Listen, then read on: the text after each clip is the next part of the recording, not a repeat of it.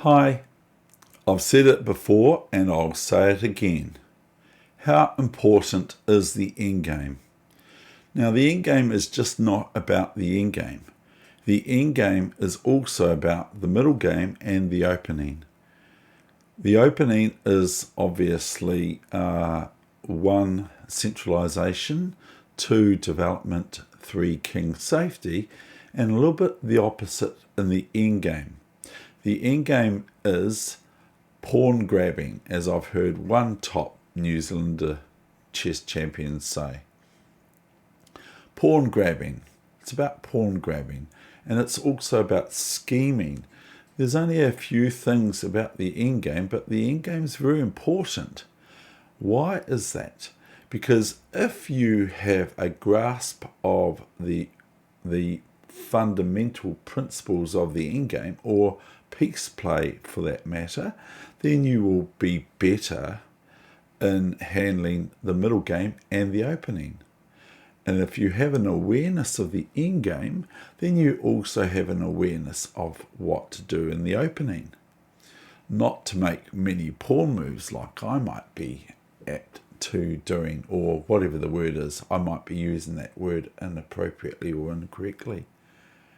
So if you've got a grasp of the end game, you can think about the end game even in the opening, even before you make your first move. Yeah?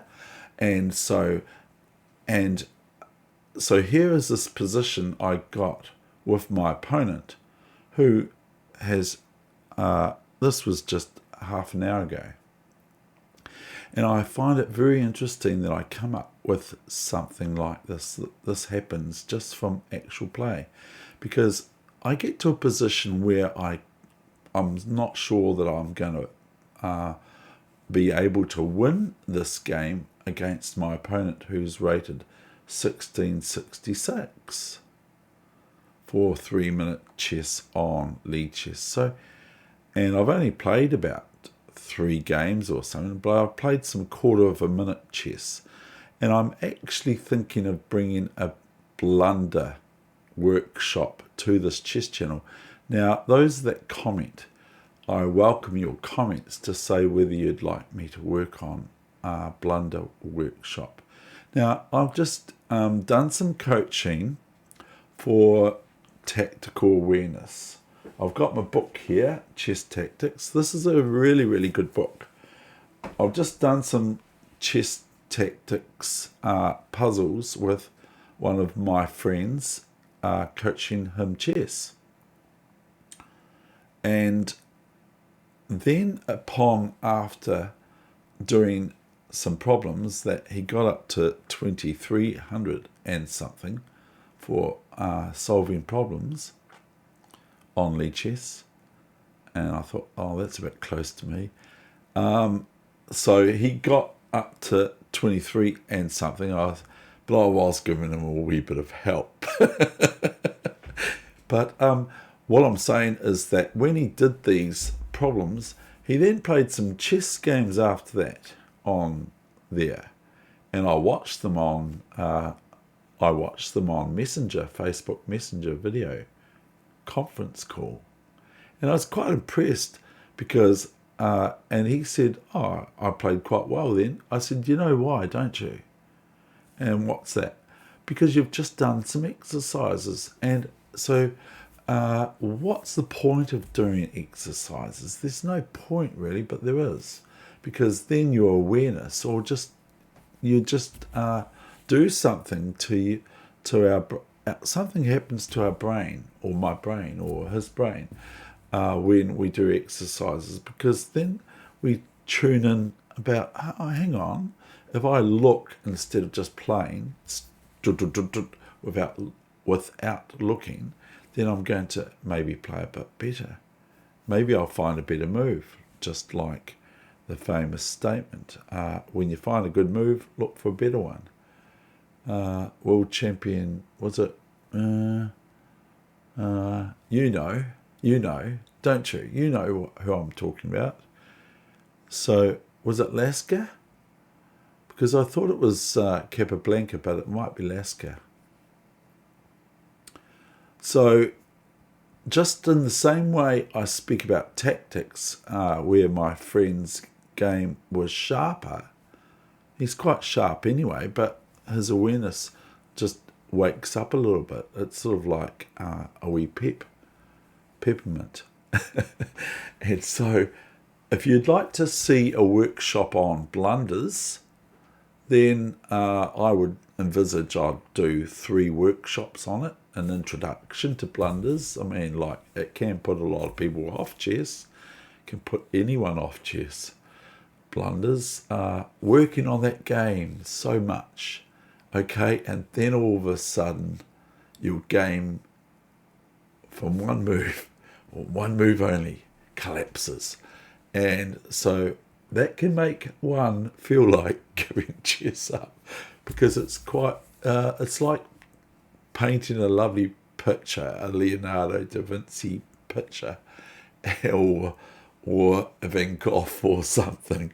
You know, I could probably do a Van Gogh, and because my parents are from Holland, so I probably could do a Van Gogh. And so it's like doing a painting, okay? It's like doing a painting, and all of a sudden someone comes around and splotches your painting, or you do it yourself. Yeah, and you can't clean it up afterwards. And it reminds me, I'll just digress a little bit. It reminds me of a wee story my mother told me and taught me when I was a young boy. She said, what do you do if you see someone painting a picture of the beautiful scenery where they're on the side of a cliff, and they're painting the lovely landscape of the ocean and all that sort of stuff, and they're starting to admire it and looking at it, and they're starting to walk backwards, okay, and behind them is the drop into the ocean far down beneath where they are, sort of thing. What do you do, David? And I don't know if I actually answered her. I might have. But what you do, my mother told me at least, is you go up to, you don't try to save them. You don't try, hey, stop. This is how my mother is. My mother thinks this way. So you don't try to say, stop, because otherwise they might panic and, oh, you're scary. I'm going to get away from you. You're scary. What you do is you go up. Mum said to me when I was about 7 or 8 or 9, maybe 10. I think it was 9. I'm not sure. It might have been 10. And so she said to me, what you do is you go up to their painting and you grab their brush and you go, floop. Okay, you splotch it. But we're talking about blunders and chess, and now we're talking about endgames, and we're talking about endgames, about how important they really, really are. One only has to look at former world chess champion, who's still awesome, from India, Visi. Now that's how I'm saying it, Visi Anand, or I'm saying it completely wrong. But one only has to look at that. And with the painting, what happens for the painter is, oh, what have you done? Rushes back to the painting. And you say, well, you're going to drop off the cliff there. So that saves the person, other than freaking them out and they lose their footing or whatever and go down the cliff. And maybe you do too, or maybe I do too. Anyway, here is this game, and this is demonstrating endgame when it gets to a point where, even though I can win a piece in the opening, it gets to a point where I sit there and I actually ask myself, am I actually able to win this game of chess? So this is how technical chess can be, okay? Even with a 1666 player that lost no points for rating from losing to me, and I actually got 1 point for this. So I'm going to move on through this part of the game primarily, otherwise this video will be too long, but I am going to reiterate that if you wish to have a workshop on blunders in chess, then I will do my best for you to bring you something that is pretty meaty, because I've got plenty of blunders I can show. I've probably got, I don't know how many blunders I could show you, but I could show you some earlier ones from match games or that sort of thing, and just have them set up on my chessboard somehow. I don't know how to do it.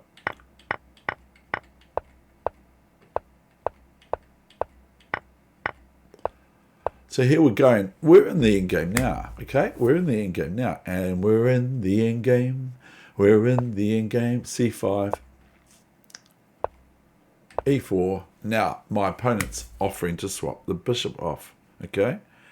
And I just haven't got really much of a plan here, but my opponent is possibly thinking wrong about the endgame. Maybe my opponent is thinking wrong about the endgame. Maybe the opponent thinks that, well, yeah, I've got a chance to get some good points here. I've got some chance because this player's hugging 200, and I'm on 1666. So, and I've lost to these players. I've lost to 1400 players. One only has to look at my profile on Lichess to find that to be true. And I've had losing streaks. And I might say, well, yeah, that's because I was tired. Yes, that can be an excuse. That's another subject as well, you know. Subject on excuses we make when we lose. A lot of them. I've got a lot of excuses. It could be I was unlucky. And I enjoyed watching Ben Feingold about that. So here we are in the endgame, and my opponent is offering to swap the white squared bishops off, and probably thinking that they have an equals at least, or maybe even trying to win it. Because I think my opponent tried that a little bit. I played g6 here, and here comes bishop d7, queen d7. Okay, so if I talk about this position, white is probably a little bit, you know, probably not so good as black. And because that's just the way I look at it. And I don't know if it's a correct thing. Here's queen g4, hg4. Now I've got, I have gone away from this. I've gone away from this idea of what? I've gone away, I'm losing my footing. I've gone away from this idea of playing the queen and pawn endgame, which I could have possibly done. But I think I've lost my... But now we're in... Yeah, so I was thinking of just keeping the queens on, but it wouldn't be really, really good. So I love queen and pawn endgames is what I'm saying, but I didn't go that way. I just went with the king and pawn endgame. Now, so white has these two isolated doubled pawns on the g-file, and also these pawns, of course. And black, on the other hand, has pawns on h7, g6, e4, d5, c5, b6, a7. So pawns are equal, but black's a wee bit better. Now, where am I going to enter this position to try to win it? Can I, if I get my king to g5, can it get to a situation where white's going to have to sidestep if the king's here and here and here and here and here? Is there any idea or anything like that? And the short end of the answer is probably not. But now I run my king to g7, so I have to think, I'm trying to impress upon you the importance of of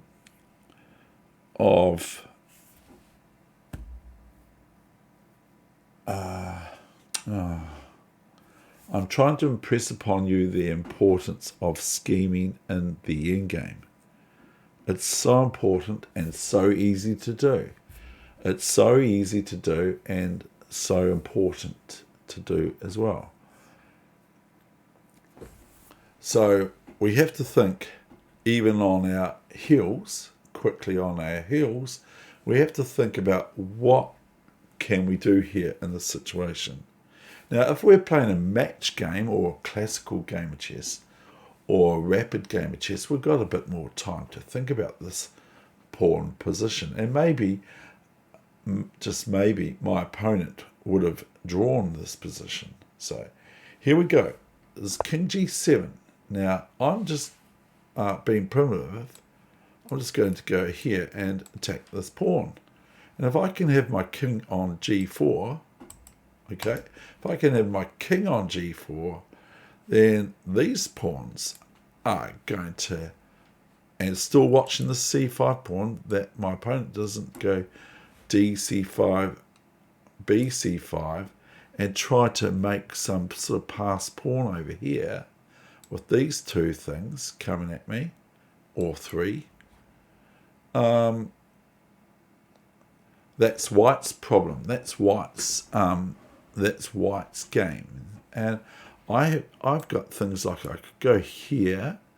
Got to be very careful about what moves we play, because if I play C4, then maybe A4 is quite a reasonable move.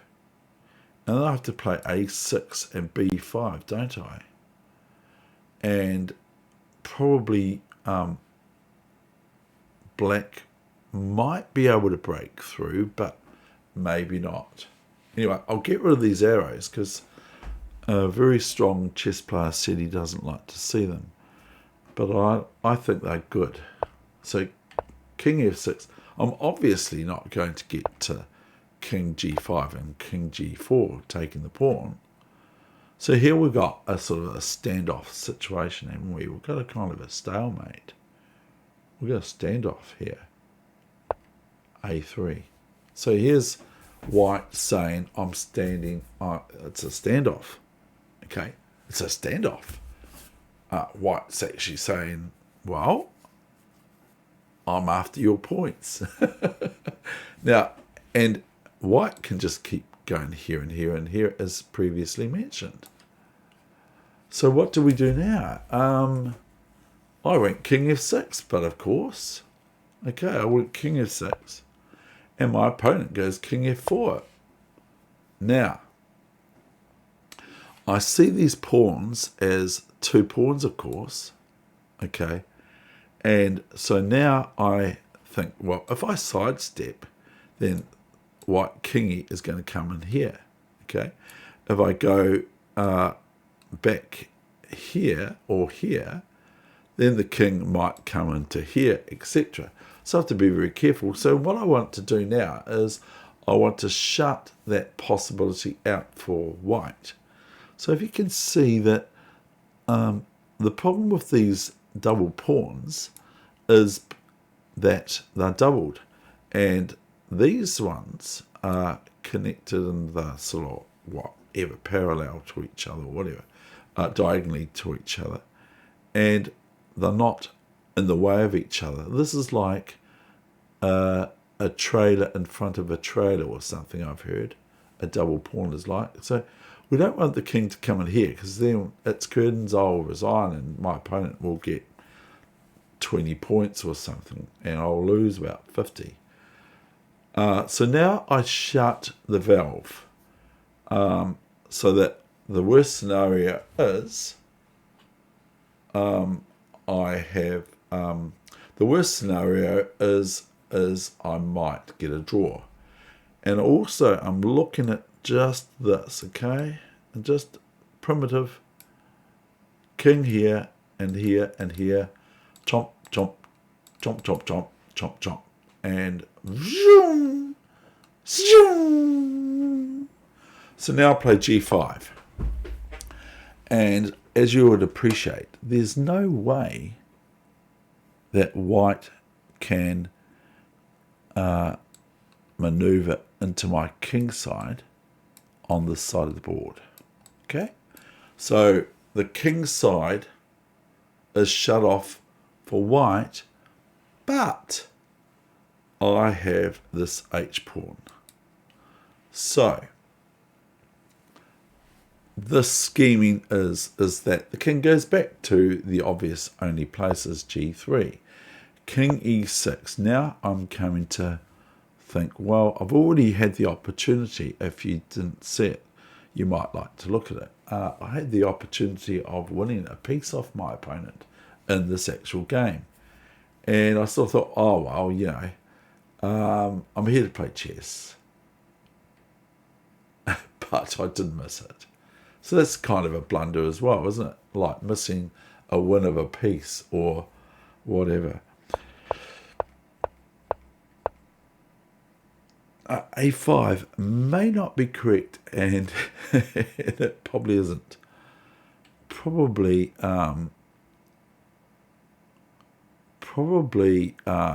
King B5 is better.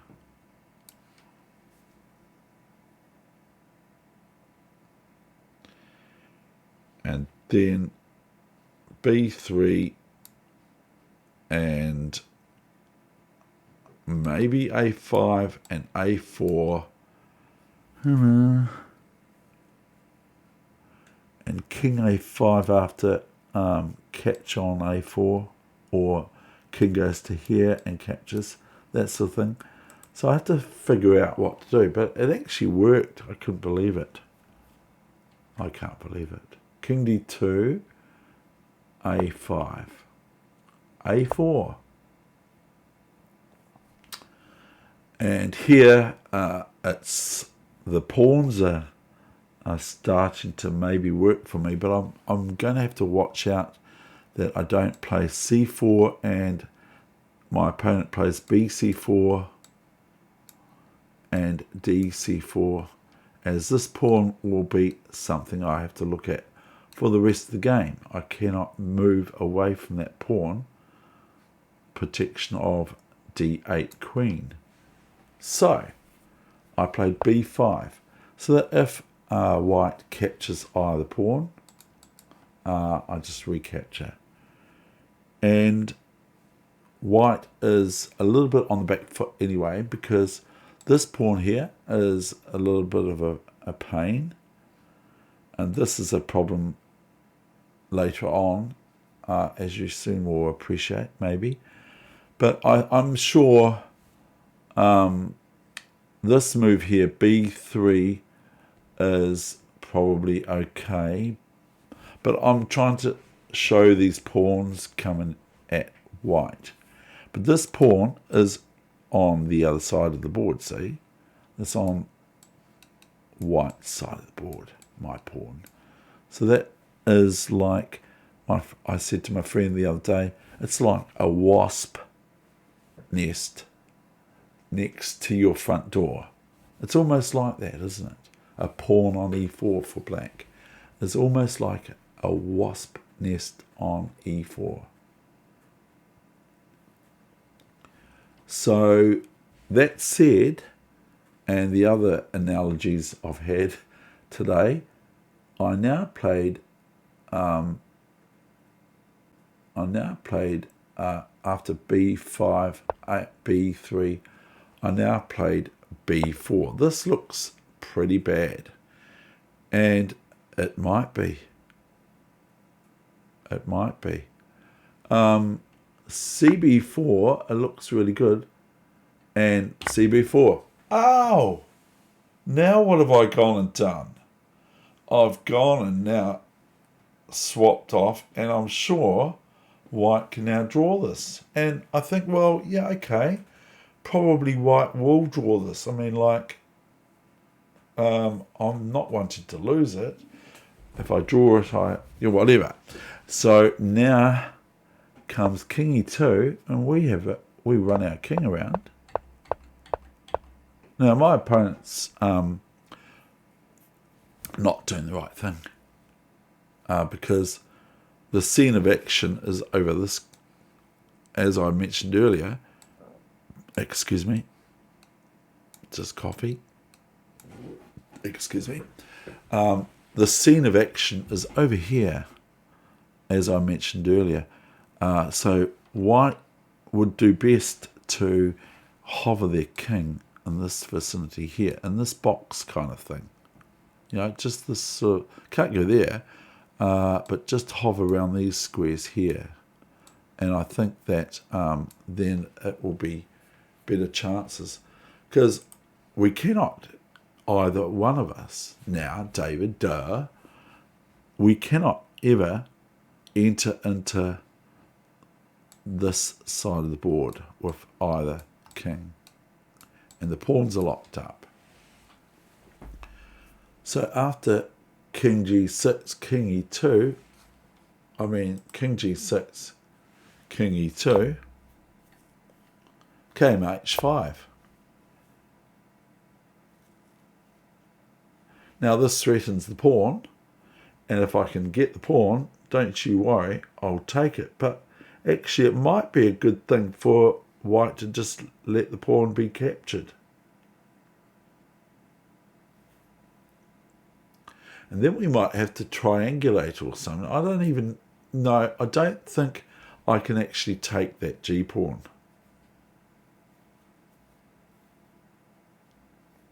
I don't think I can actually take that g-pawn. And I can't do it anyway on Lead Chess platform. It won't allow me to analyse the position. I mean, I think that white will be our... So if we were going king f2, hg4, king g3, king h5, maybe. No, we can't, because king h5, king there, might end up sort of roughly like the game happened. Anyway, so moving on, hg4. This is now, I've got these two entry squares, haven't I? But white should be hugging these squares here.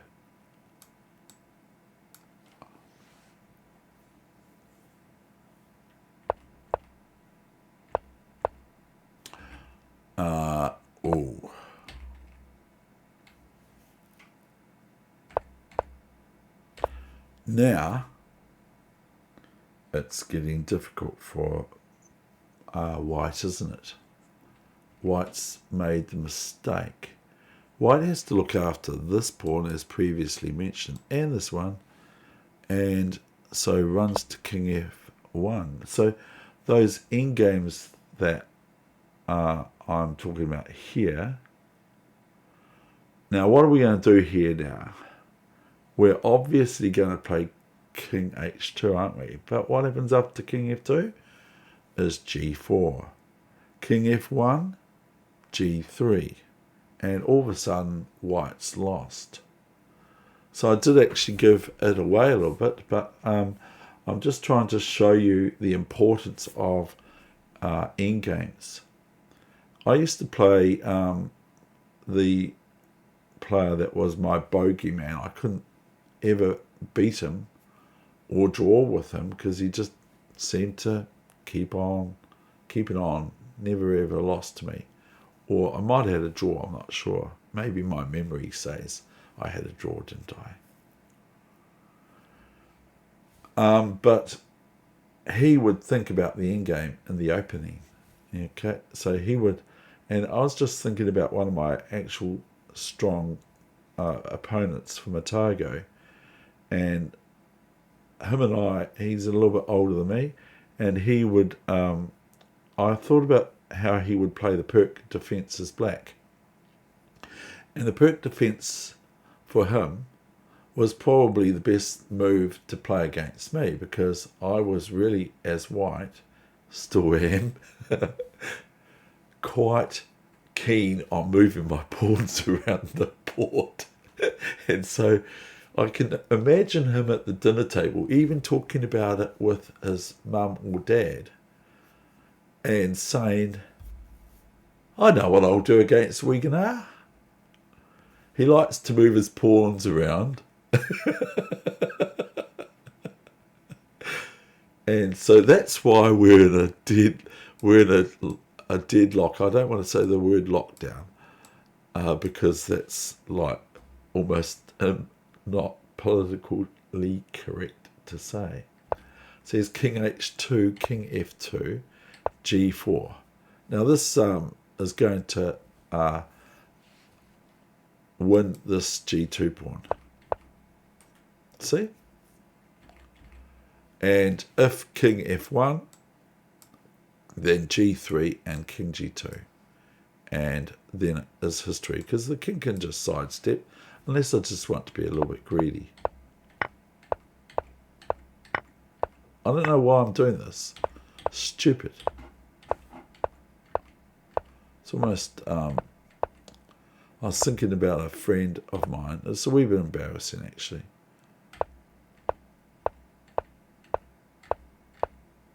Okay, that's the end of the session.